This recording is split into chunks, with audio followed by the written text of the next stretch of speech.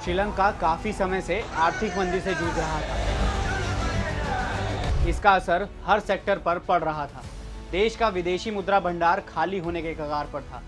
जरूरी चीजों के आयात में मुश्किल हो रही थी और तो और मंदी के चलते कई शहरों में बिजली की कटौती भी होने लगी।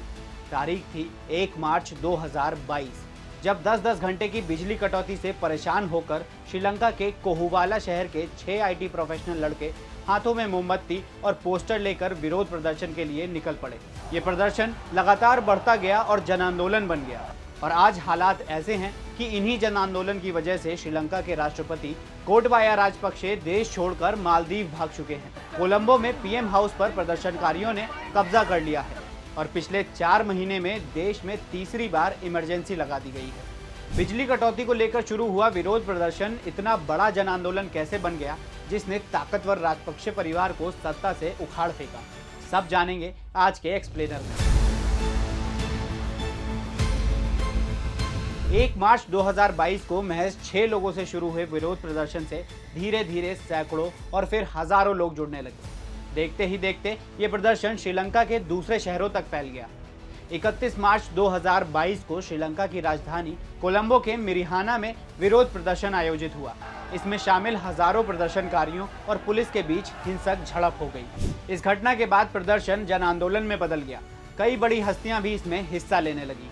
मिरिहाना में हुई हिंसा के बाद कुमार संगकारा, सनत जयसूर्या और मुथैया मुरलीधरन जैसे कई पूर्व क्रिकेटर्स ने पुलिस की कार्यवाही के खिलाफ आवाज उठाई। साथ ही कई विपक्षी पार्टियां भी राजपक्षे सरकार के खिलाफ विरोध प्रदर्शन में उतर गईं। राजपक्षे सरकार ने इन प्रदर्शनों को कुचलने की पूरी कोशिश की। यहां तक कि 1 अप्रैल को श्रीलंका में आपातकाल भी लगा दिया और 2 अप्रैल को फेसबुक, व्हाट्सएप, ट्विटर और स्नैपचैट समेत सभी सोशल मीडिया प्लेटफॉर्म्स पर बैन लगा दिया। हालांकि 15 घंटे बाद ही ये बैन हटाना पड़ा। लोगों के बढ़ते विरोध के चलते 3 अप्रैल को राष्ट्रपति गोटाबाया राजपक्षे, उनके भाई और प्रधानमंत्री महिंद्रा राजपक्षे को छोड़कर पूरी कैबिनेट ने इस्तीफा दे दिया।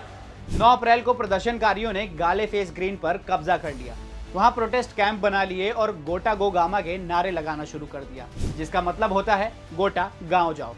मई आते आते रोजमर्रा की चीजों में किल्लत होने लगी, जिसकी वजह से प्रदर्शन और उग्र हो गया, जिसे कंट्रोल करने के लिए 6 मई को दोबारा इमरजेंसी लगाई गई। 9 मई को शांतिपूर्वक प्रदर्शन कर रहे लोगों पर गोटाबाया की पार्टी श्रीलंका पोदुजाना पेरामुना के समर्थकों ने हमला कर दिया।